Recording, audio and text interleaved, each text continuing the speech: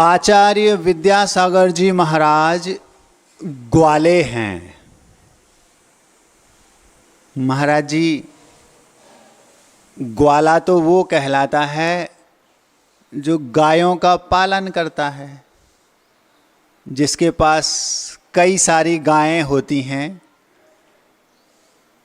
खेत आदि होते हैं, गायों को रखने का स्थान होता है, दूध दही घी आदि का जो व्यापार आदि करता है, भूसा घास आदि रखने का जिसके पास स्थान होता है, जंगलों में जो गायों को लेकर चराता है, खिलाता पिलाता है, वो ग्वाला कहलाता है, जिसको गोपाल बोलते हैं।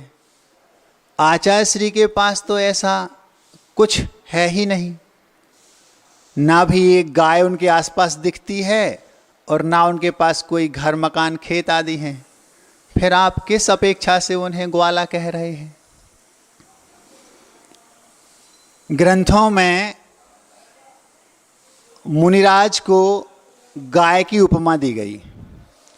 एक स्थान पर जो दिगंबर मुद्राधारी निर्ग्रंथ वीतरागी तपोधन हैं, उनसे कहा कि वो किसी अपेक्षा से गाय हैं। मतलब जो महाराज आपके मंच पर बैठे हैं, एक अपेक्षा से ये गायें बैठी हैं।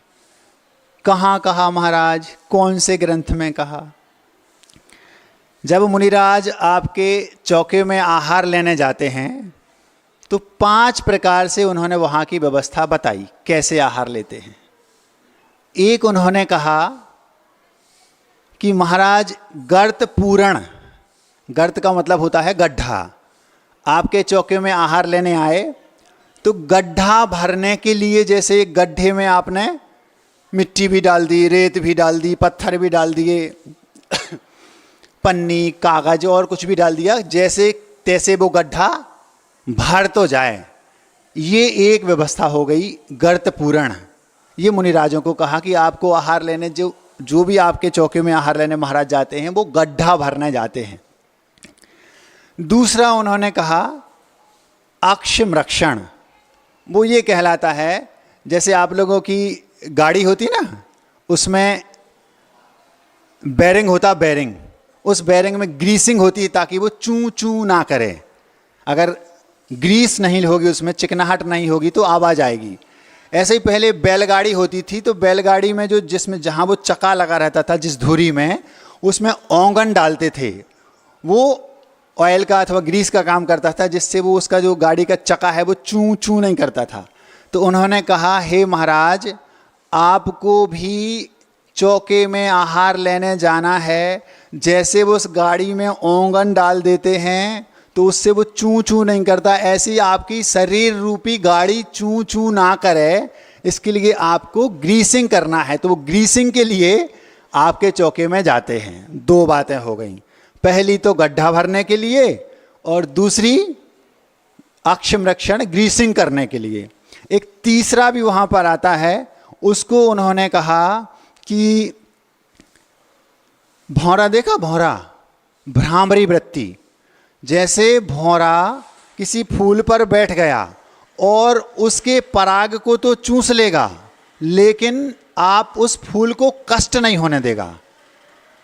भौरा पराग को तो उस फूल पर बैठकर चूस लेगा, लेकिन उसको जर्रा सा भी कष्ट नहीं होना चाहिए। ऐसी महाराजों की भ्रामरी वृत्ति है, भ्रमर जैसी, भ्रमर मतलब भौरा, कि वो आपके चौके में आहार लेने तो जाएंगे, लेकिन आपको इतना सा भी कष्ट नहीं होने देंगे। कई बार ऐसा होता है, हम लोग जब आहार के बाद चौके से आते हैं तो चौका वाले कहते, तो महाराज जी आज आपके आहार अच्छे से नहीं, नहीं बहुत अच्छे से हुए, नहीं महाराज जी आज आपने चावल नहीं लिया, थोड़ा कड़ा था, नहीं नहीं बहुत अच्छा था।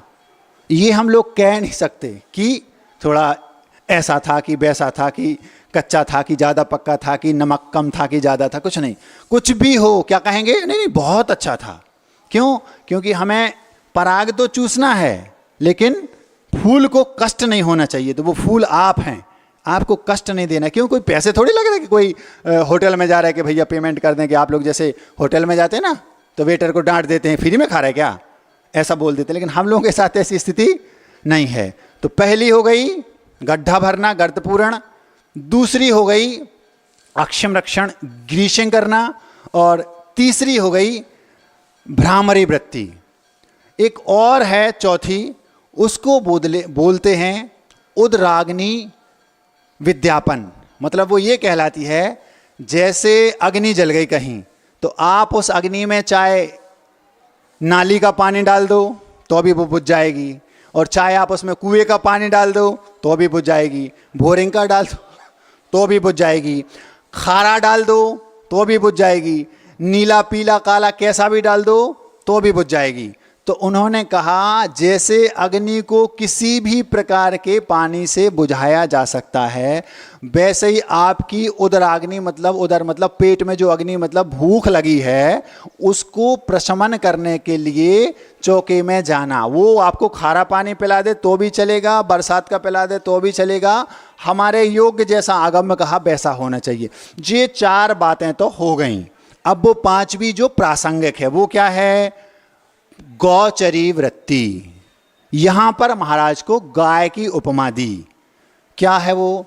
गौचरी मतलब गौ मतलब गाय। जैसे गाय के सामने आप कभी चारा डालने जाना, किसी ने अगर डाला हो भूसा रखने, तो वो ये नहीं देखती गाय कि डालने वाला कौन है, बूढ़ा है कि युवा है कि बच्चा है कि युवती है कि युवक है, कौन है इससे उसको कोई मतलब नहीं।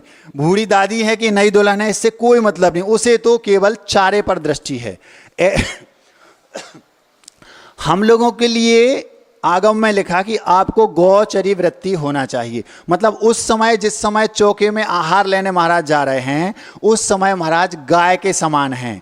कुछ भी जो देने आ रहा है वो क्या दे रहा है ये देखना, कौन दे रहा है ये नहीं देखते। तो इस अपेक्षा से मुनिराज भी गाय हैं। एक अपेक्षा ये हो गई। एक दूसरी और बड़ी जबरदस्त अपेक्षा है। 5 प्रकार हमने आपके सामने रखे। गड्ढा भरना एक, दूसरा अक्षम रक्षण मतलब ग्रीसिंग, तीसरा भ्रामरी वृत्ति, भौरे के समान सामने वाले को दाता को कष्ट नहीं होना चाहिए, चौथी उद्राग्नि प्रशमन मतलब ठंड खारा मीठा कैसे पानी डालो उसको तो अग्नि का बुझाना है, और 5वां गौचरी वृत्ति। ये 5 प्रकार से मुनिराज आपके आहार लेने इन 5 उद्देश्यों को ध्यान में रखकर जाते हैं। इसमें एक बड़ी मजेदार बात है, यदि आप लोग हंसे ना तो बताऊं। आचार्य श्री जी नेमावर में थे। नेमावर में आचार्य श्री जब सारे महाराज थे आहार लेकर आए, पुरानी बात है अभी नहीं, जब पहले बहुत सालों से आचार्य श्री जी नेमावर जा रहे हैं। तो एक बार की बात है कि जब आहार के बाद सारे महाराज एकत्रित होकर के भक्ति होती है, भक्ति, तो उसमें आप लोगों ने कभी देखा हो यदि दूर से कि सारे महाराज बैठ जाते हैं और आचार्य श्री ऊपर बैठे रहते हैं पाटे पर। तो एक एक महाराज बोलते हैं आचार्य श्री जी आहार ठीक हुए, तो आचार्य श्री जी ऐसे एक एक को क्रम से आशीर्वाद देते हैं और एक राउंड चलता है। और फिर दूसरे राउंड में पहले ये बताना पड़ता है हम लोगों को कि हाँ आचार्य आहार ठीक हुए, जिसको अंतराय होगा उसको अंतराय बताना पड़ता है, किस कारण से अंतराय हुआ ये भी बताना पड़ता है। ऐसा नहीं कि अंतराय हो गया तो शांत हो गए, अंतराय हुआ तो पूछेंगे क्या हो गया, आचार्य बाल आ गया अथवा जीव आ गया। तो एक राउंड ये चलता है, सबको ये बताना पड़ता है कि आहार ठीक हुए अथवा अंतराय आ गया। और दूसरा राउंड ये चलता है, फिर से वही सिस्टम चलता है यूं क्यों कि आचार्य श्री जी कल क्या करना चाहते हैं, कि उपवास करना चाहते हैं कि एकासन करना चाहते हैं, ऐसा। तो दूसरे दिन का भी कोई बेला भी करना चाहता है तो वो उसी दिन बता देता है। तो एक बार की बात है आचार्य श्री जी थे, एक महाराज जी सबका राउंड ये चल रहा था क्रम से एक एक करके, हाँ ठीक हुए आचार्य श्री ठीक हुए आहार, आचार्य श्री ठीक हुए। एक महाराज बोलते हैं, हंसना नहीं, एक महाराज बोलते हैं आचार्य श्री जी आहार तो ठीक हुए मतलब अंतराय तो नहीं आया, लेकिन जिस चौके में मैं आहार लेने गया था उस चौके में वो पता नहीं कैसा क्या उसका टेस्ट था, वो अंदर ही नहीं जा रहा था, इतना उन्होंने आचार्य से बोल दिया। मतलब जिस चौके में आहार लिए उसमें कभी कभी किन्हीं माँ का हाथ ऐसा होता है कि वो पूर्व का ऐसा उनका पुण्य पाप का व्यवस्था रहती है कि वो व्यवस्थित नहीं बन पाता। किसी किसी का हाथ इतना अच्छा रहता है कि वो कुछ भी बनाए बहुत टेस्टी बनता है, तो ऐसा कभी कभार हो जाता है। तो उनने आचार्य श्री से सारे महाराजों के सामने बोल दिया आचार्य श्री जी आहार तो ठीक हुए लेकिन वो अंदर नहीं जा रहा था। हम उसको बहुत बार बार चबा रहे थे, लेकिन वो लिक्विड तो अंदर हो रहा था, लेकिन वो घाटी नहीं उतर रहा था। ऐसा आचसी से बोल दिया। अब आचसी ने सुना और धीरे से नीचा मुंह करके हंस दिए, कुछ नहीं बोले। हाँ, नेक्स्ट आगे वाले को करके और पूरा राउंड हो गया। जब दूसरा राउंड चला तो फिर उनकी बारी आई जिनने बोला था। फिर आचसी ने उनको देखा और जोर से हंस दिया और फिर आगे चल के बढ़ गए। जब दोनों राउंड हो गए, अब उसके बाद भक्ति होती है। तो भक्ति के पहले आचसी सिर नीचा किए यूं बैठे और चुपचाप नीचा सिर किए हंस रहे। तो जो आगे बड़े महाराज बैठे थे, आचसी क्या हो गया? तो धीरे से आचसी, क्योंकि वो आचसी बहुत चुटकी लेते हैं, जितने सीधे दिखते हैं नहीं उतने, तो धीरे से आचसी बोलते हैं उन महाराज की ओर देखकर, उनका नाम लेकर, नाम तो मैं नहीं बताऊंगा, बोलते हैं क्यों आहार लेने जहाँ गए थे, क्या बोल रहे आप? अंदर नहीं उतर रहा था, ठीक नहीं लग रहा था। बोले आहार तो ठीक हुआ ना? जी आचसी। तो फिर धीरे से आचसी बोलते हैं ये तो सोचो, तुम्हें तो उसके हाथ का केवल एक बार आज खाने मिला, उसके बारे में तो सोचो जिसको जीवन भर उसी के हाथ का खाना है। समझे? ऐसी चुटकियां आचसी लेते रहते हैं। हम लोगों को उन्होंने कहा कभी किसी से कुछ बोलना नहीं, कैसा भी हो, बहुत अच्छा बहुत अच्छा, उसको कष्ट नहीं होना चाहिए। तो यहाँ पर गोचरी वृत्ति जो हमने कहा वो प्रासंगिक है, इस अपेक्षा से गाय कहा महाराजों को। मैं आपको ये बता रहा हूँ कि आचार्य श्री जी ग्वाले हैं तो क्यों। एक दूसरी अपेक्षा और रखता हूँ, फिर अपनी बात आपके सामने रखूँगा। वो क्या है? एक दूसरी अपेक्षा से भी महाराजों को गाय कहा। कैसे गाय कहा महाराज? ऐसे गाय कहा कि जैसे गाय सूखा भूसा और सूखी घास खाती है, फिर भी मीठा दूध अमृत के तुल्य आपको देती है, ऐसे ही मुनि महाराज भी रूखा सूखा भोजन चौके में आहार में लेते हैं और उसके बाद भी मीठे मधुर वचन आपके सामने दिन भर प्रसन्न मुद्रा में रहते हैं, दूसरे को प्रसन्न कहते रहते हैं। इस अपेक्षा से भी महाराज गाय के समान हैं। महाराज जी रूखा सूखा खाते ये कैसे मान लें? सठ रस मिश्रित भोजन होता है, सठ रस मिश्रित आप करते हैं, लेकिन महाराज सठ रस समझते हो? हमारा समझते हैं गन्ने का रस, अनार का रस, आम का रस, अंगूर का रस, मौसम्बी का रस, संतरे का रस होगा सठ रस। ये छह रस नहीं, छह रस वो कहलाते हैं दूध, दही, घी, नमक, मीठा और तेल। ये छह रस हैं। ये छह रस मात्रा बढ़ने से फैट बढ़ता है, शरीर के लिए पुष्टिकारक होते हैं। तो आप लोगों ने कभी देखा होगा बुंदेलखंड में आज भी ये चलता है, पहले पूरे देश में चलता था कि लोग 6 दिनों में, एक हफ्ता में 7 दिन होते हैं, तो 6 दिनों में ये 6 रस और एक दिन एक हरी। हरी समझते हो?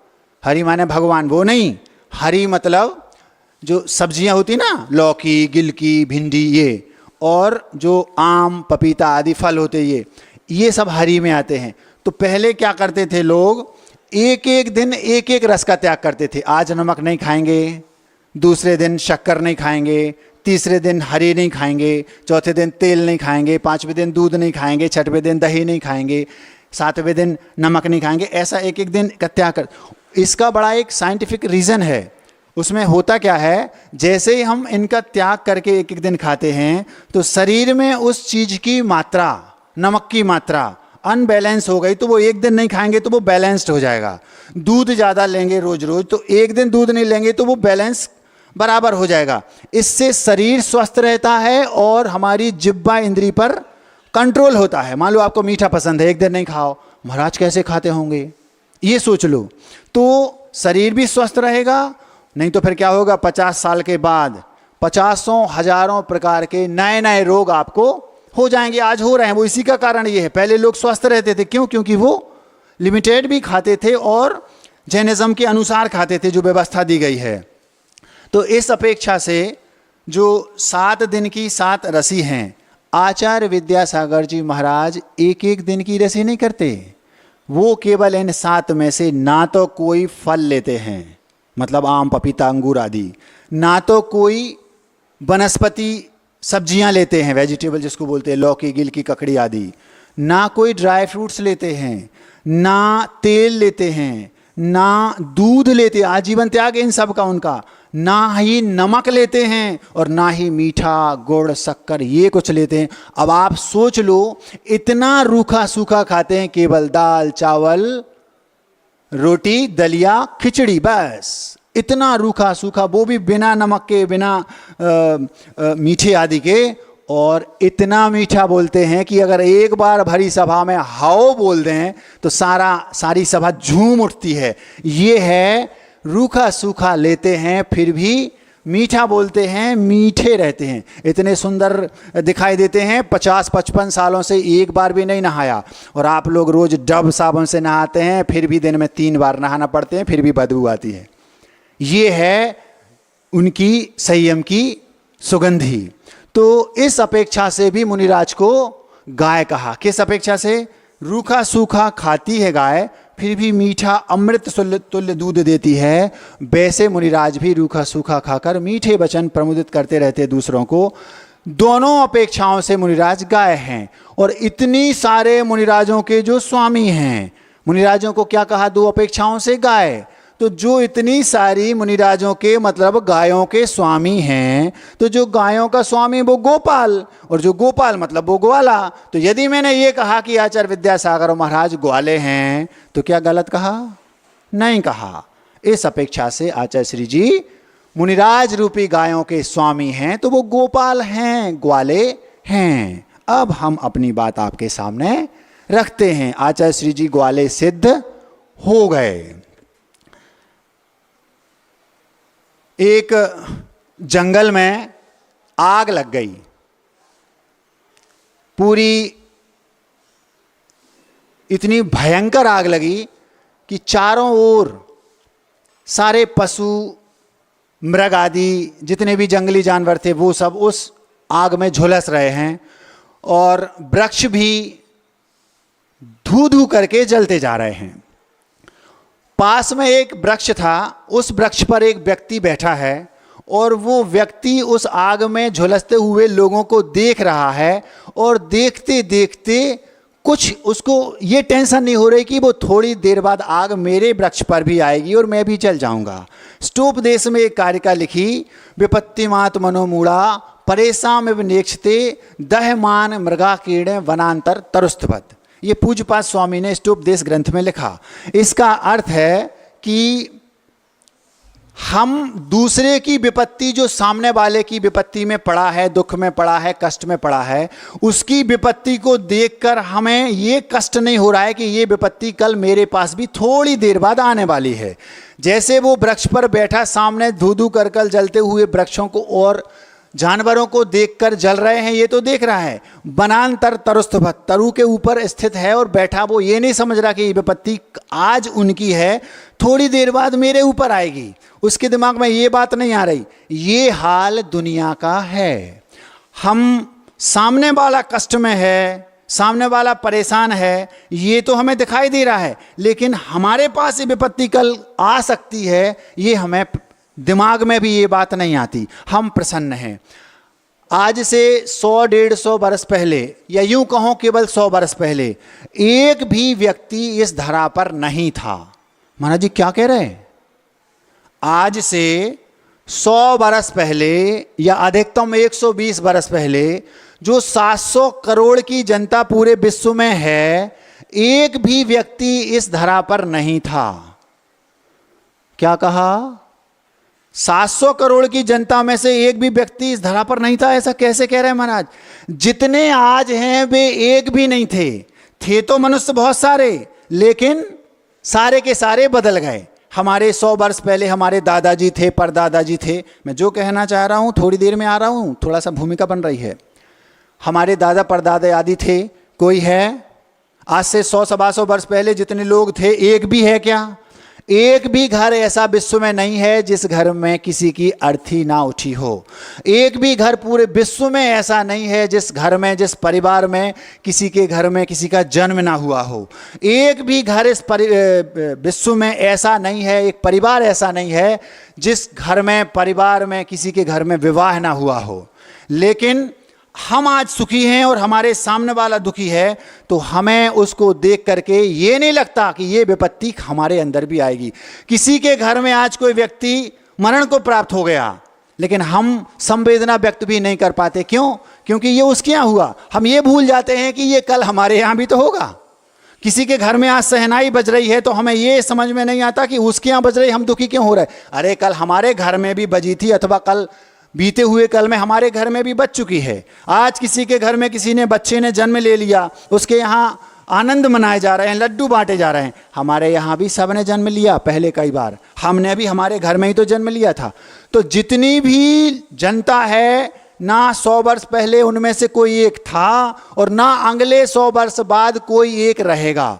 700 करोड़ जनता में से 100-120 वर्षों के बाद एक भी व्यक्ति इस पूरी दुनिया में नहीं रहेगा। फिर भी दुनिया चलती रहेगी। क्यों? क्योंकि नए नए पैदा होते जाएंगे। तो हमें दूसरे के कष्ट को देखकर यदि द्रवीभूत नहीं हो रहे, तो ये समझ लो कि हमारी समस्या बहुत बड़ी है। हमारे हृदय में यदि करुणा नहीं आ रही उसको देख के कि कल भैया हमारे साथ भी तो ये होगा। ये क्यों कह रहा हूँ? बड़ी दर्दनाक घटना मैंने सुनी, वो आपके सामने रख रहा हूँ। करुणा को धवला ग्रंथ में 13वीं पुस्तक में मनुष्य का स्वभाव कहा। उन्होंने कहा यदि किसी के अंदर करुणा है तो अगर मनुष्य है और करुणा ना हो, ऐसा हो नहीं सकता। एक मल्टी थी, उसमें 5-6 फ्लैट थे, एक एक में एक एक जाति के व्यक्ति रहते थे। सबसे ऊपर शर्मा जी का मकान था। आप लोग समझ रहे हैं? एक मल्टी थी बिल्डिंग, उस बिल्डिंग में 6 फ्लैट थे, सब में कोई ना कोई अलग अलग रहते थे। एक में जैन साहब रहते थे, एक में मिश्रा जी रहते थे, और 2-3 रहते थे। और सबसे ऊपर जो था उसमें शर्मा जी का फ्लैट था, उसमें शर्मा जी अपने पूरे परिवार के साथ रहते थे। करुणा क्या है, इसके बारे में हम आपके सामने थोड़ी सी बात रख रहे हैं। आचार्य श्री जी का एक हाइको है, पर की पीड़ा अपनी करुणा की परीक्षा लेती। सामने वाला यदि कष्ट में है, पीड़ा में है, दुख में है, और यदि हमारे अंदर करुणा के भाव नहीं आ रहे हैं तो, अथवा आ रहे हैं तो वो उसकी करुणा से हम अपने आप को परीक्षित कर लें कि हमारे अंदर उस करुणा का लेवल कितना है। ये हम इस दृष्टांत के माध्यम से आपके सामने रख रहे हैं। मल्टी है, उसमें 6 परिवार रहते हैं। सबसे ऊपर शर्मा जी का मकान है। शर्मा जी के एक बेटा है, सुंदर उसकी बहू है, एक उसका नाती भी है, शर्मा जी की पत्नी भी है, और उसकी एक बेटी है जिसका विवाह भी हो गया, और उनका भी एक बेटा है। सारा परिवार है। दिवाली के कुछ दिनों बाद छुट्टियां थीं। शर्मा जी ने अपनी बेटी को दामाद के साथ और नाती के साथ बुलाया और कहा कि आप लोग सब एक कोई टूर बना लें, तीर्थ यात्रा पर हो आएं।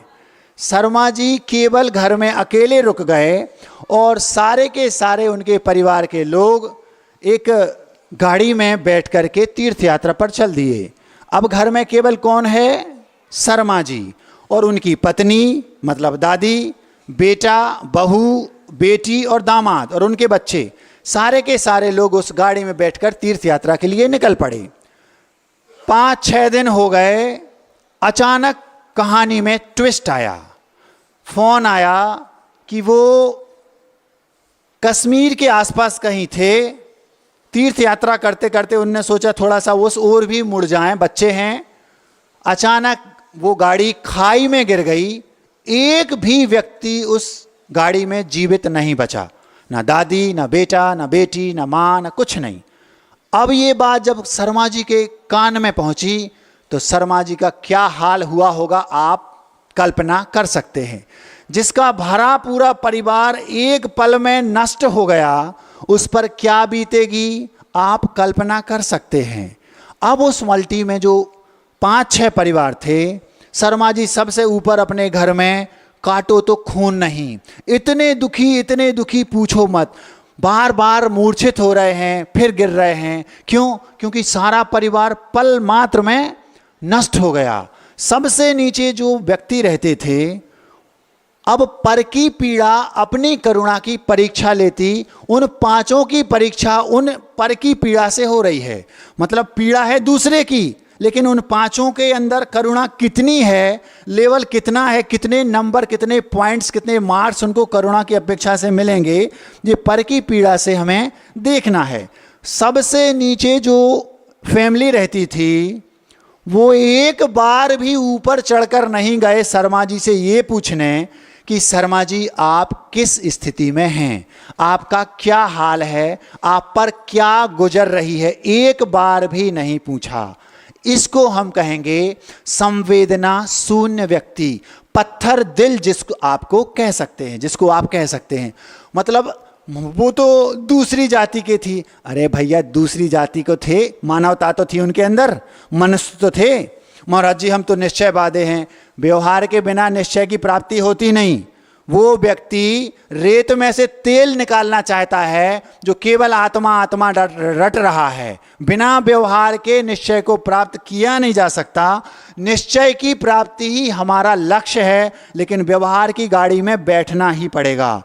एक बार भी वो शर्मा जी के पास नहीं गए, संवेदना शून्य थे। एक बार भी उन्होंने ये नहीं कहा, ये नहीं पूछा कि शर्मा जी आपका क्या हाल है।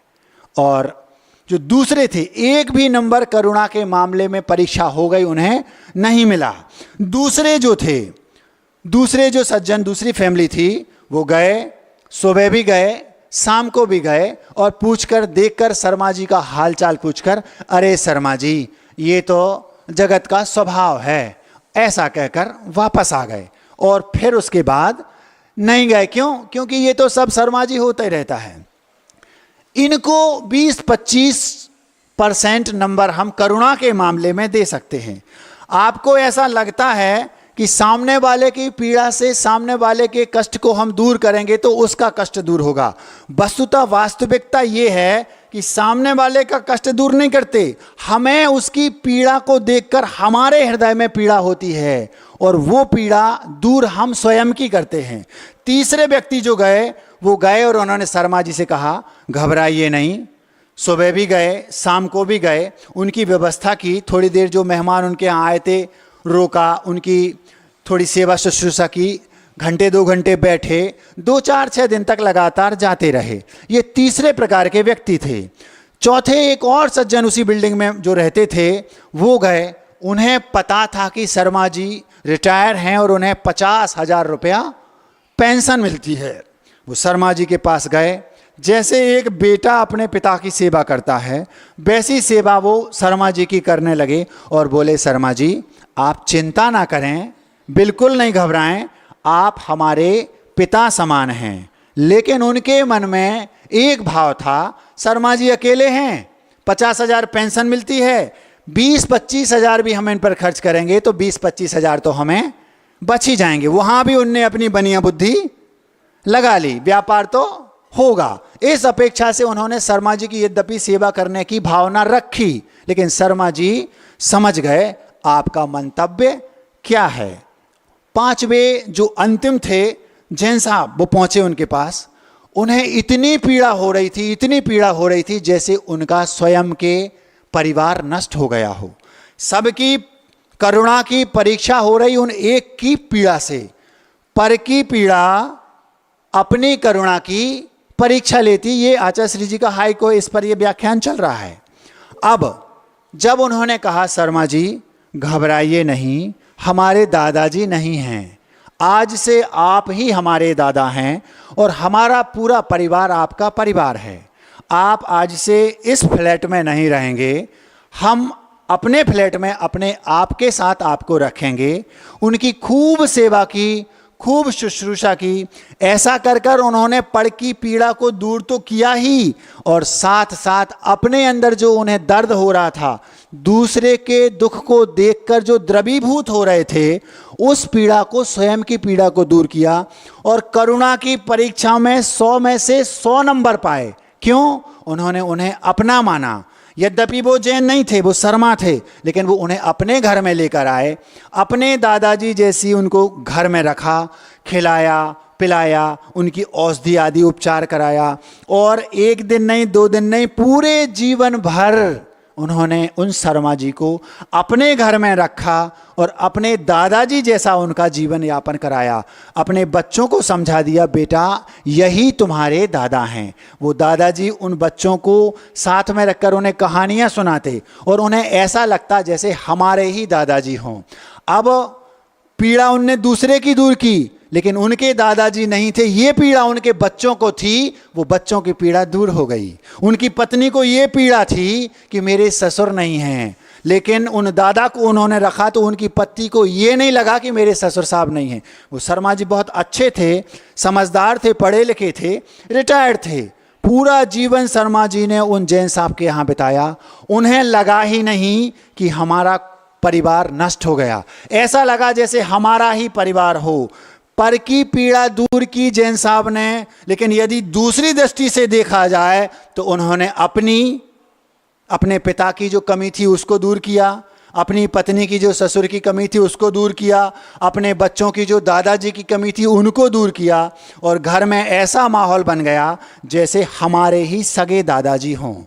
तो दूसरे की पीड़ा को देखकर हम जितने द्रवीभूत होंगे, जितना हम नंबर मार्क्स ज़्यादा पाएंगे, आपको कुछ ही दिनों बाद ऐसा एहसास होने लगेगा कि वस्तुतः हमने दूसरे की पीड़ा दूर नहीं की, अपनी पीड़ा दूर की। जब ये बात हमने एक आज के पढ़े लिखे बच्चे के सामने रखी, महाराज बात तो 100% सही है, लेकिन एक झंझट है। हमने महाराज जी कई बार दूसरे को दुख के दुख कर अपनी जो द्रवीभूत हुए तो हमने जाकर उससे पूछा, उसका दुख दूर किया, लेकिन महाराज जी सामने वाले ने धोखा दे दिया। अब मन नहीं करता कि दूसरे की पीड़ा को दूर किया जाए। ऐसा होता है महाराज जी, इसलिए इसमें एकांत नहीं है। ऐसा भी होता है, हाँ महाराज होता है। कैसे? सामने वाले की पीड़ा को हम दूर कर देते हैं, लेकिन वो हमारी भावनाओं का नाजायज़ फायदा उठाता है और विश्वासघात तक कर देता है। ऐसा तो नहीं होता होगा महाराज जी। हुआ। जब मैंने बार बार इस बात पर चिंतन किया तो मुझे वो घटना याद आ गई कि मेरे साथ भी ऐसा हुआ। पीड़ा दूर की और सामने वाले ने धोखा दे दिया। हम लोग जयपुर में थे, आज से 20-22 वर्ष पुरानी बात है। हम लोग तीर्थ यात्रा पर गए पूरे परिवार के साथ। जयपुर में एक चौराहे पर रेड लाइट आ गई तो गाड़ी रोकनी पड़ी, चौराहा है। तो वहाँ पर एक माँ, वृद्ध माँ थी, बुढ़िया थी, काली कलूटी थी और एकदम भिखारिन थी। वो भिखारिन तो जैसे ही गाड़ी 1 मिनट के लिए खड़ी हुई, आप लोगों ने देखा होगा जब आप लोग गाड़ी पर कहीं जाते हैं तो गाड़ी जहाँ कहीं भी रेड लाइट पर खड़ी कर देते हैं चौराहे पर, तो जल्दी से कोई भिखारी आ जाता है और भीख मांगने लगता है, बाबूजी दे दो बाबूजी, 2 दिन से नहीं खाया, ऐसा। तो आजकल बहुत नए नए फंडे अपनाए जाने लगे हैं। उस समय 20 वर्ष 25 वर्ष भी हो सकते हैं, मैं छोटा सा था, मैं अपने परिवार के साथ था, पीछे बैठा था गाड़ी में। तो उसमें हमारी माताएं वगैरह भी थी, दादी वगैरह। तो एक माँ अपनी एक 22, 25, 30 बरस की बेटी को, जिसने पेट में कपड़े भर रखे थे और वो ऐसा सो कर रही थी, ऊपर से चादर और दुपट्टा ओढ़े थी जैसे वो प्रेग्नेंट हो, और बिल्कुल ऐसे ही हाव भाव जैसे बिल्कुल डिलीवरी अब भी होने वाली हो। और वो एकदम से आई, जैसे ही गाड़ी खड़ी हुई, मैं बिल्कुल उसमें प्रत्यक्षदर्शी था, मैं वही सामने था, उसी गाड़ी में बैठा था। जैसे ही, जयपुर की बात है, एक चौराहे की, कौन सा चौराहा था मुझे नहीं पता। तो जैसे ही रेड लाइट जली, गाड़ी खड़ी कर दी ड्राइवर ने, खट से वो आई और पीछे जो माताएं बैठी थी उनसे बोलती है, भाई ये हमारी बिटिया गर्भवती है और बिल्कुल डॉक्टर अभी का बिल्कुल समय नज़दीक है और हमें आपकी गाड़ी में तो जगह नहीं, ऑटो से जल्दी अस्पताल जाना है, कुछ पैसे दे दो भाई, हम आपके जीवन भर आभारी रहेंगे, हमारी बिटिया। ऐसे मतलब वो दिखाने लगी, ले आने लगी, जिसको बुंदेलखंड में बोलते हैं, कि उनसे रहा नहीं गया। उसकी पीड़ा को देखकर इनकी आंखें द्रवीभूत हो गईं और उन्होंने 200-500 रुपये निकाल करके उसको खट से दे दिए। जैसे उसको पैसे दिए और 2-3 मिनट में वो पीछे दूसरी गाड़ी थी उसके पास पहुंच गई। अब हम लोग कांच में से ये देख रहे हैं और ये लोग ऐसे हो गए, देखो तो कैसा जमाना है, कितनी कष्ट है उसको। खट से वो बेचारी किसी ऑटो में बैठ के चली जाए। इतने में ग्रीन लाइट हुई और हम लोगों की गाड़ी 4 कदम नहीं बढ़ी, वो पीछे वाली गाड़ी से पैसे लेने के लिए वो फंडा अपना रही थी, और जैसे ही वो गाड़ी आगे चलने लगी तो उसने बस सामान्य से दोनों हंस रहे और जा करके फुटपाथ पर फिर बैठ गए। ये सब हम लोगों ने देखा। इतना कष्ट हुआ, दूसरे की पीड़ा को देखकर उन्होंने 200-500 जितने भी दिए हो मुझे पता नहीं, कि भैया तू ऑटो से बैठकर जल्दी से हॉस्पिटल चली जा और कर ले। अब आप लोगों के मन में ये शंका होगी कि महाराज जी आज जमाना बदल गया है, यदि मान लो हम किसी के कष्टों को दूर करते हैं तो वो हमें धोखा भी देता है, ऐसा धोखा भी दे सकता है हमारे 500 रुपये पानी में चले गए। ये यदि आपकी धारणा है कि हमारे 500 रुपये पानी में चले गए तो ये आपकी गलतफहमी है। क्यों? क्योंकि हमने उसकी पीड़ा को देखकर हम द्रवीभूत हुए, हमारे अंदर करुणा उत्पन्न हुई और हमने उसको पैसे दे दिए। आपको लग रहा है कि आपके 500 पानी में चले गए, आपको लग रहा है कि उसने हमें धोखा दिया, लेकिन वस्तुतः उसने धोखा अपने आप को दिया। क्यों? पहले उसने किन्हीं को धोखा दिया होगा, सो कर्मों ने उसे आज धोखा दिया और वो भीख मांग रही है। और आपने पहले ऐसे ही किसी को 500-200 रुपए दे दिए तो थे 100-200 रुपए, लेकिन उसी का परिणाम है कि वो आपसे भीख मांग रही है और आप भीख दे रहे हो। क्यों? क्योंकि आपने पहले करुणा की थी, 200-500 किसी को दिए थे, उसका परिणाम है कि आप भीख मांगने वाले नहीं बने, भीख देने वाले बने। ये है उस करुणा का परिणाम। आप ठगाए नहीं गए।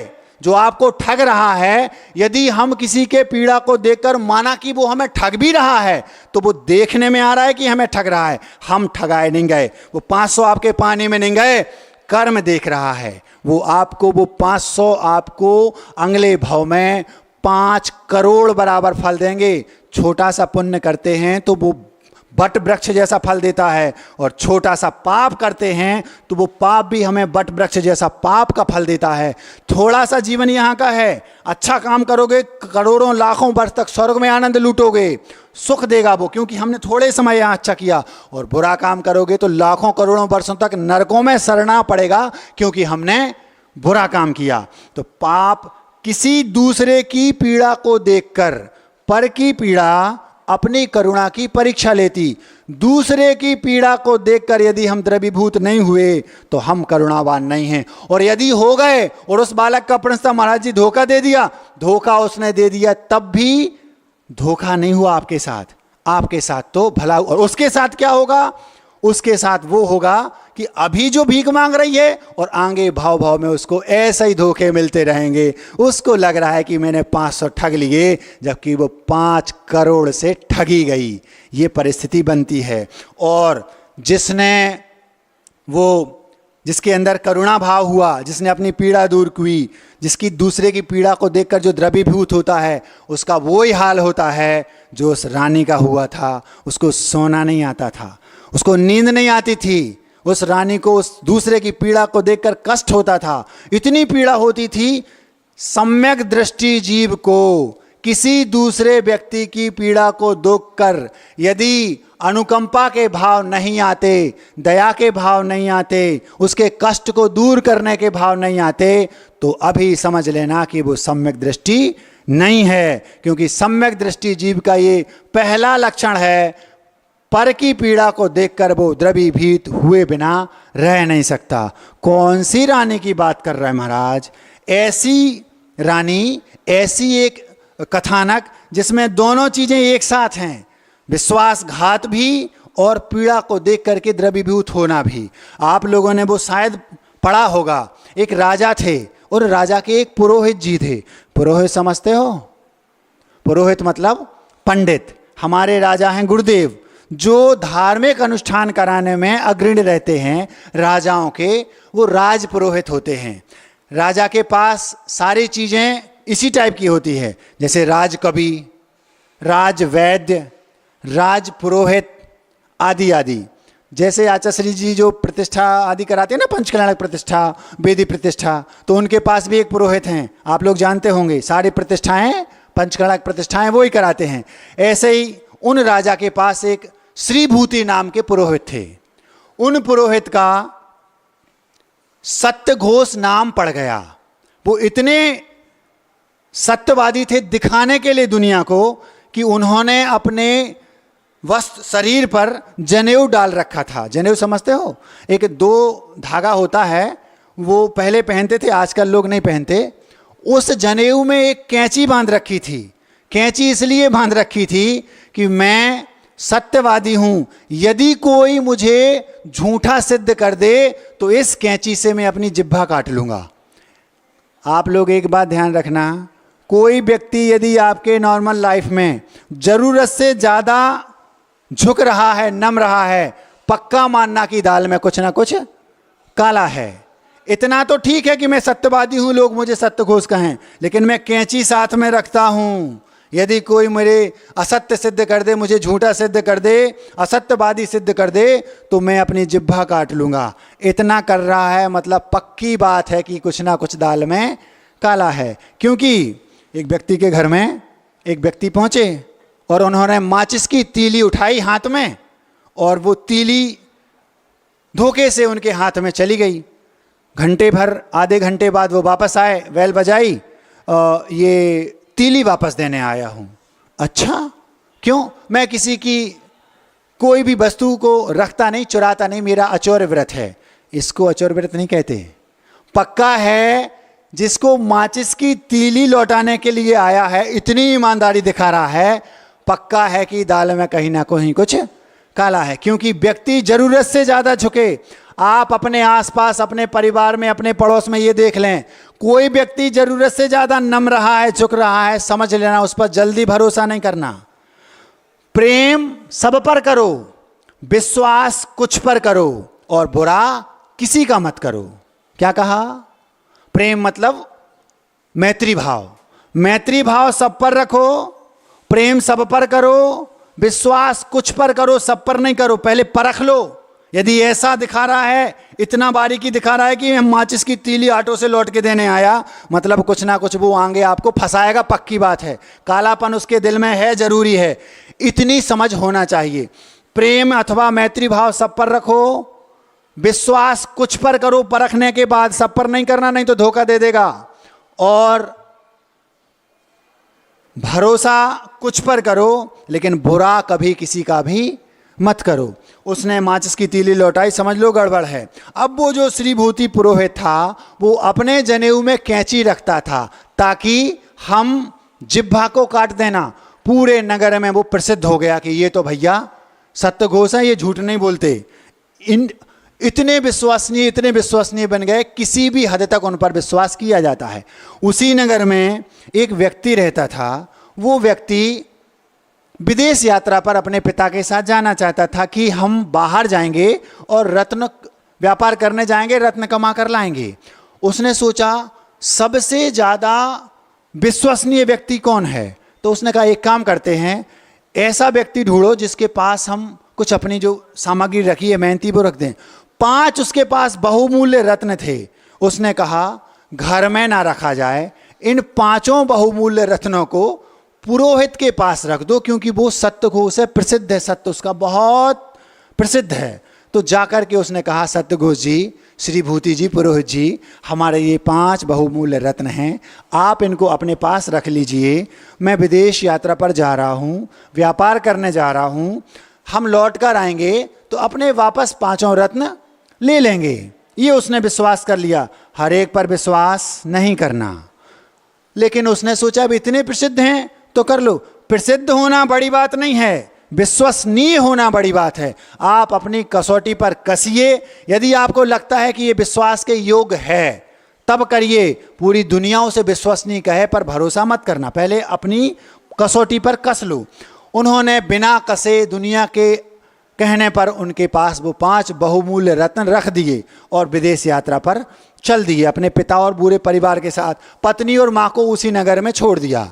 अब यात्रा पर गए।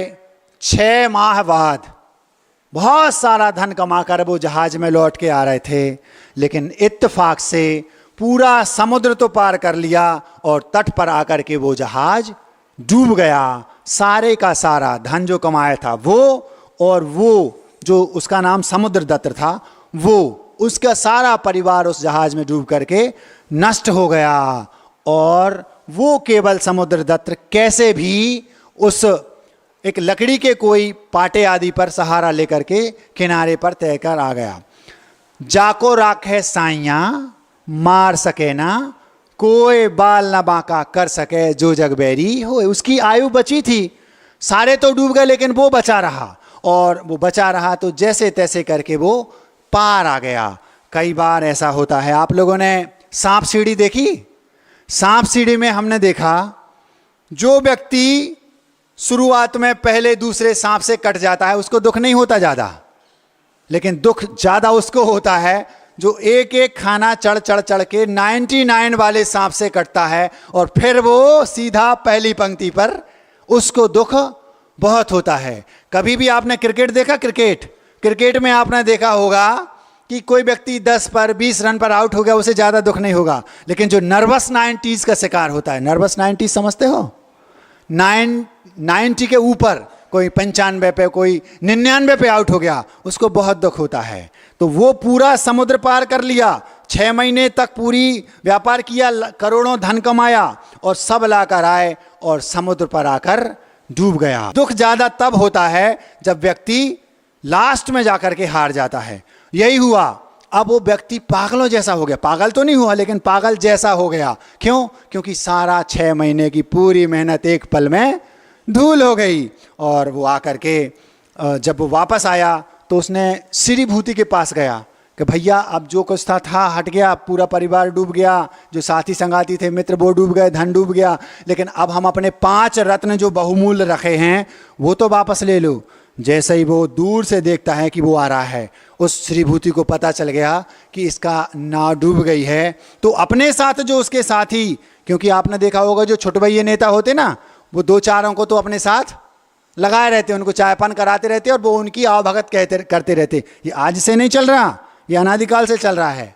तो वो जो शिवभूति थे, जो सत्यघोष थे, उनके पास 4-5 लफंगे बैठे रहते थे। तो उनसे वो क्या बोलता है, देखो वो व्यक्ति आ रहा ना सामने, वो अभी आएगा, उसका नाव डूब गई, वो पागल हो गया है और हमसे आकर कहेगा मेरे 5 रत्न दे दो, उसका दिमाग खराब हो गया, बावला हो गया है। अब ये तो सत्यघोष था, सबने सोचा ये तो सही बोल रहा है, चूंकि सत्यघोष हैं, कैंची रखता है झूठ सिद्ध कर दें तो उस व्यक्ति को सबने विश्वास कर लिया। और जैसे ही वो पास में आया, भैया हमारे साथ ऐसी ऐसी घटना घट गई, हमारे जो 5 रत्न थे वो आप वापस कर दो। देखो मैंने कहा था ना, मैंने कहा था कि अब भी ऐसा बोलेगा, ये पागल हो गया है।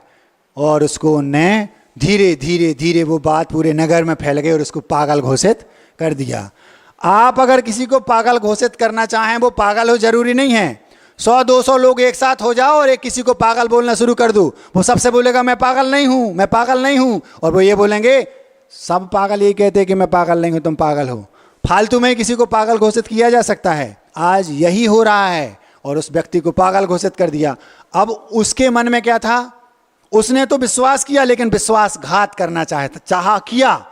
अब वो पीड़ित हो गया, इतना दुखी, इतना दुखी, इतना दुखी कि मेरी सारी संपत्ति लुट गई और जो 5 बहुमूल्य बेशकीमती रत्न थे वो इस सत्यघोष ने खा लिए। अब वो 6 महीने तक बस एक ही बात रटता, मेरे सत्यघोष ने, श्रीभूति ने मेरे 5 रत्न ले लिए, वो मुझे लौटा दो। पूरे नगर के लोग उसे पागल मानने लगे, क्योंकि एक ही बात रटता रहता है, जैसे पागल रटता ना, रटता रहा। ये कान में रानी के पहुंच गया। वो राजमहल के बाहर से निकलता तो वो ही रटता, वहां पर एक वृक्ष लगा था, उस पर चढ़ा और वो रटता। रानी सो रही थी, सोते सोते सोचती है, उसको इतनी पीड़ा हो रही थी, पर की पीड़ा अपनी करुणा की परीक्षा लेती। रानी को उसकी पीड़ा से पीड़ा नहीं हो रही थी, उसकी पीड़ा से रानी को जो पीड़ा हो रही थी वो उसकी नींद हराम करे थी। रानी रोज सोती तो उसको चैन नहीं आता। राजा ने पूछा, तुम्हें कोई कष्ट है? नहीं राजा, मुझे ये कष्ट है कि वो जो व्यक्ति पेड़ पर चढ़ा चिल्ला रहा है, मैं पिछले 6 महीने से देख रही हूँ। यदि पागल होता तो केवल एक ही व्यक्ति का नाम क्यों लेता है? वो पागल नहीं है। अरे श्रीभूति हमारा राजपुरोहित है, वो झूठ बोलेगा क्या? सत्यघोष वो कैंची साथ में रखता है, यदि वो सत्य कोई उसको असत्य घोषित कर दे तो वो मुंह जबान काट देता है, काट लेगा। आज तक किसी ने उसको असत्य घोषित नहीं किया। रानी बोली, राजा साहब जरूरत से ज़्यादा नम रहा है, कुछ ना कुछ तो गड़बड़ है। राजा बोले, रानी ऐसा आप शक मत करो, सो जाओ। रानी 1 दिन देखा, 2 दिन हो गए, 15 दिन हो गए, रानी को पीड़ा हो रही है। वो व्यक्ति गलत नहीं है, उसकी पर की पीड़ा रानी की करुणा की परीक्षा ले रही, क्योंकि रानी सम्यक दृष्टि थी। कोई भी सम्यक दृष्टि जीव किसी दूसरे के कष्ट को देख करके चैन से बैठ नहीं सकता। यदि आप बैठे हैं तो सम्यक दर्शन अभी आपसे कोसों दूर है। वो रानी पीड़ित हो रही अंदर ही अंदर, उसको दूसरे की पीड़ा दूर नहीं करनी, उसको अपनी पीड़ा दूर करनी है, क्योंकि सम्यक दृष्टि अंदर से द्रवीभूत होता है, पीड़ित होता है, उसको कष्ट होता है। कैसे मैं उसका कष्ट दूर कर दूं? दूसरे दिन रानी ने कहा, राजा साहब बहुत दिन हो गए मुझे नींद नहीं आती, आप उसको बुलाओ। उसको बुलाया। राजा ने पूछा रानी के साथ, क्या बात है? महाराज मैं पागल नहीं हूं, लेकिन पागलों जैसा हो गया हूं, मेरी सारी संपत्ति लुट गई, मैं भिखारी जैसा हो गया, मेरे 5 बहुमूल्य रत्न। सारी कहानी उसने वैसी की वैसी सुना दी। किसको? राजा रानी को। और जैसे ही उसने कहानी सुनाई, राजा कहते हैं, रानी साहब ये पागल हो गया है, झूठ बोल रहा है, जाने दो। रानी कहती है मैं परीक्षा करूंगी। और उसने राजा से कहा, आप बीच में मत आना, बस मुझे आप अनुमति दे दो कि आप परीक्षा कर सकती हो। बहुत चतुर थी वो रानी। सारी पत्नियां चतुर ना हो ऐसा नहीं है, कभी कभी राजा से भी चतुर होती है रानी। कभी कभी आपने देखा होगा अपनी कॉलोनी में कई लोगों के वाइफ जो है वो हस्बैंड से भी ज़्यादा टैलेंटेड होती है, ऐसा भी होता है। लेकिन फिर भी वो टैलेंट का मतलब ये नहीं कि वो पति की अवहेलना करे, फिर भी उसकी दृष्टि में पति तो परमेश्वर है, ऐसा ही भाव रखती है। बुद्धि होना अलग वस्तु। तो उसने क्या किया, उसने अपनी एक निपुणमती दासी थी, उसको वो बहुत विश्वस्त थी। सब पर भरोसा नहीं करना क्योंकि गड़बड़ हो जाएगा, क्योंकि चांस केवल एक बार मिलेगा, वो गड़बड़ हो जाएगा नहीं तो। उसने क्या किया, पुरोहित को बुलाया उस चतुर निपुणमती दासी से और कहा, सुनो पुरोहित जी से बोलो कि रानी साहिबा ने आपको याद किया है। जैसे ही पुरोहित को बुलाया तो उस श्रीभूति पुरोहित को जिसने वो 5 रत्न चुराए थे, अब देखो कितनी बुद्धि लगाई उस रानी ने। उसने क्या किया, पुरोहित जी आइए, और अपनी निपुणमती दासी को सब समझा दिया। हम आज आपसे बहुत प्रसन्न हैं, हम आपके साथ शतरंज खेलना चाहते हैं। अच्छा रानी साहिबा। अब रानी साहब पुरोहित को बुला के शतरंज खेलने का भाव रखी, कौन पुरोहित मना करेगा, ये तो मेरा सौभाग्य है, हाँ हाँ जरूर। लेकिन रानी साहब यदि मैं आपसे जीत गया तो जो कहोगे सो दूंगी, और यदि मैं जीत गई तो जो आप कहेंगे सो मैं दूंगी। तो रानी तो टैलेंटेड थी, उसने खट से उसको शतरंज में हरा दिया।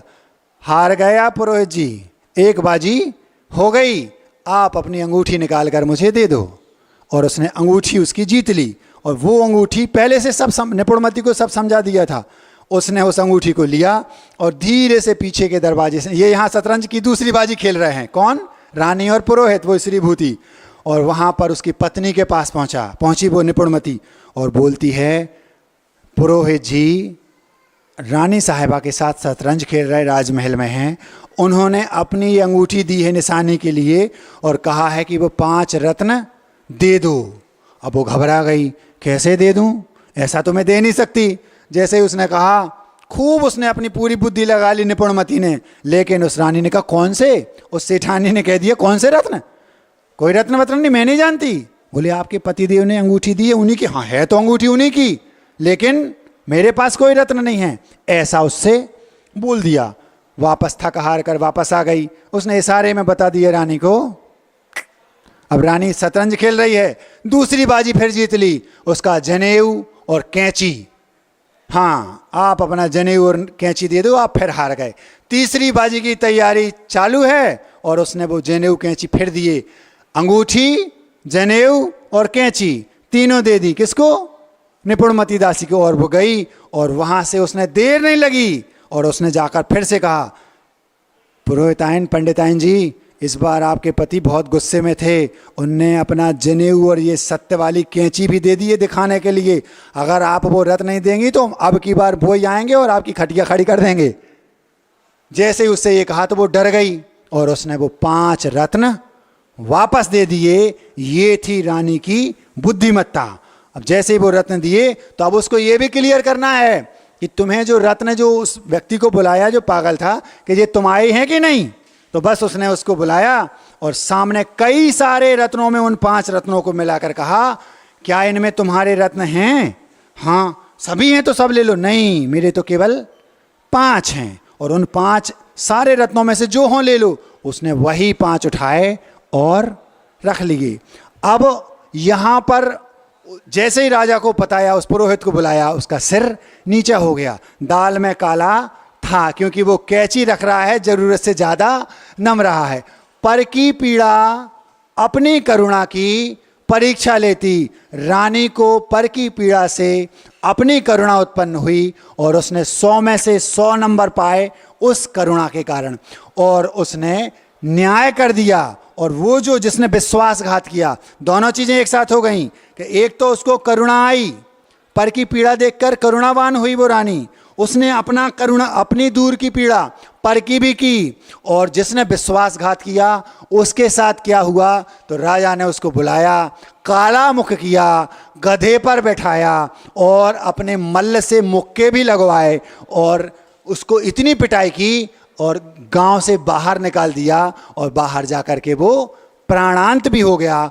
और इतना ही नहीं, अभी तो केवल राजा ने दंड दिया, कर्मों का दंड तो अभी बाकी है। मर करके दुर्गति को प्राप्त हुआ, लाखों करोड़ों वर्षों तक वहां पर उसको पाप का दंड भोगना पड़ेगा। और उस रानी ने, जिसने उस पर पुरुष की पर की पीड़ा को दूर किया, उसने उस भाव में वो यश पाया। सारे लोगों की नज़रों में रानी बहुत ऊंची यशवान बन गई, उसका यश फैल गया। कितनी निपुण, कितनी बुद्धिमती थी वो रानी, ऐसा उस रानी का यश फैला। और ये तो यश केवल उस जग में फैला, उस पुण्य का उसने ऐसा पुण्य आश्रय किया कि उसको आगे के भवों में भाव भाव तक उस पुण्य का फल भोगने को मिलेगा। आपके मन की ये फितूरी है कि हम जो पुण्य या पाप करते हैं इसी भाव में मिलता है, और थोड़ा बहुत मिलता है। आप थोड़ा सा भी पुण्य करेंगे, भाव भाव में आपको पुण्य में फलीभूत होगा, वो इस भाव में भी मिलेगा। और यदि आप थोड़ा सा भी पाप करते हैं तो उसका आपको परिणाम इस भाव में सरकार देगी। और जो बीतराग विज्ञान है, जो भगवान की जो एक प्रकार से जो कर्मों की जो व्यवस्था है, वो भी आपको भाव भाव में कष्ट देगी। आप ये मत समझना कि हमारे साथ न्याय हो गया। इस भाव में तो आप किसी को कष्ट दे सकते हैं, इस भाव में तो आप किसी को ठग सकते हैं, लेकिन भाव भाव में आप ही ठगाए गए।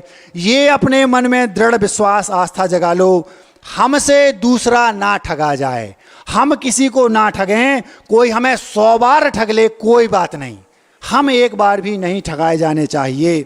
होता क्या है, जो ठगता है ठगने वाले को भी समझता है ठग रहा है। उन्होंने हमें कई बार नीचा दिखाने का, ठगने का प्रयास किया, वो हमें ठगते रहे, वो हमें नीचा दिखाते रहे, और ना जाने कब हमारी नज़रों से नीचे हो गए। वो हमें नीचा गिराते रहे और हमारी नज़रों से कब गिर गए पता ही नहीं चला। ये स्थिति होती है, सामने वाला हमें ठगता है लेकिन हमारी नज़रों से वो कब नीचे उतर गया पता नहीं चलता। यही बात उसके साथ हुई। समय आपका हो गया है, 5 मिनट ज़्यादा हो गए। आप इतना याद रखें, हमें कोई ठग ले, हम किसी को ना ठगें। दूसरे के पीड़ा को देखकर हम अपनी 100% करुणा को उजागर करें। कुछ दिनों बाद आपको ऐसा लगेगा ठगे हम नहीं गए, पीड़ा हमने दूसरे की दूर नहीं की, अपनी ही की। पर की पीड़ा अपनी करुणा की परीक्षा लेती, ये गुरुदेव का हाइको था। अब समय है मिठाई का। आज सुबह सुबह की बात है, गुरुदेव ही बार बार चिंतन का विषय बन रहे थे, तो सोचा कि गुरुदेव की ही कोई स्तुति परक पंक्तियां आपके सामने रख दूं। विद्यासागर जी महाराज जयवंत हो, हर मुख पर हो नाम आपका, नाम मंत्र हो मात्र जाप का। आप लोग मंत्र बोलते ना, नमो हरिहंताड़म नमो सिद्धाड़म, विद्यासागर विद्यासागर विद्यासागर, ये मंत्र। हर मुख पर हो नाम आपका, नाम मंत्र हो मात्र जाप का, युग युग तक यशगान आपका, धरा गगन पर्यंत हो। विद्यासागर जी महाराज जयवंत हो। हर मुख पर हो नाम आपका, नाम मंत्र हो मात्र जाप का, युग युग तक यशगान आपका, धरा गगन पर्यंत हो। विद्यासागर जी महाराज जयवंत हो। वर्तमान इस कली काल में गर्मी वर्षा शीत चाल में मठ मंदिर से दूर निराले आप ही सच्चे महंत हो। विद्यासागर जी महाराज जयवंत हो। मुरझाया था नई शकल दी, धर्म खिल उठा दशा बदल दी। जब आचार्य श्री जी नहीं थे ना, लोग ये नहीं जानते थे कि पानी कैसे छाना जाता है, लोग ये नहीं जानते थे कि जैन क्या कहलाता है, लोग मंदिर जाना नहीं जानते थे ढंग से। अभी आप 60-70 वर्ष पुराने किसी दादाजी से पूछ लो, वो दादाजी चाव से होटल में जा कर के जलेबियाँ खाते थे, आज भी खाते हैं, लेकिन जानकर, पहले जानते नहीं थे। जो जानकर खाते हैं उसमें पाप ज़्यादा लगता है, जो बिना जाने खाते। कोई जानता नहीं था धर्म की। महाराज ढूंढे ढूंढे नहीं मिलते थे। अच्छे अच्छे विद्वान पंडितों ने लिख दिया, वे गुरु ते गुरु मेरे और बसो। अगर उस समय होते तो वो ये लिखते, ये गुरु मेरे और बसो, मतलब उनके सामने वो थे नहीं। गुरुदेव ने दशा बदल दी। मुरझाया था नई शकल दी, धर्म खिल उठा दशा बदल दी। दसों दिशाओं विदिशाओं में आपकी महिमा अनंत हो। विद्यासागर जी महाराज जयवंत हो। प्राणी मात्र के हित के नाते नित नए दीप जलाते जाते। प्राणी मात्र के हित के नाते नित नए दीप जलाते जाते। आपका विचरण युग युग तक हो, कभी ना इसका अंत हो। विद्यासागर जी महाराज जयवंत हो। कठिन तपस्या परिसय सहते, नीरज बत नित निज में रहते। नीरज समझते हो? नीरज मतलब कमल। जैसा कमल जल में रहकर भी अपने आप में सबसे भिन्न है, ऐसे गुरुदेव सबके साथ रहते हुए भी सबसे एकदम अलग कमल के समान अपने में रहते हैं। कठिन तपस्या परिसय सहते, नीरज बत नित निज में रहते। भारत भू पर संप्रति ऐसे आप निराले संत हो। विद्यासागर जी महाराज जयवंत हो। यूं तो लाखों गुरु हैं जग में, जहां कहीं मिलते पग पग पे। हर दिल पर है राज आपका, आप ही पहली पसंद हो। विद्यासागर जी महाराज जयवंत हो। भगवान को कभी देखे हम ना, हमने भगवान को नहीं देखा, भगवान को कभी देखे हम ना। रंच मात्र फिर भी हमें गम ना। हमने भगवान को नहीं देखा, हमें कोई गम नहीं है। क्यों? भगवान को कभी देखे हम ना, रंच मात्र फिर भी हमें गमना। जिन मुद्रा के धारी गुरुवर, चलते फिरते भगवंत हो। विद्यासागर जी महाराज जयवंत हो। अहिंसा परमो धर्म की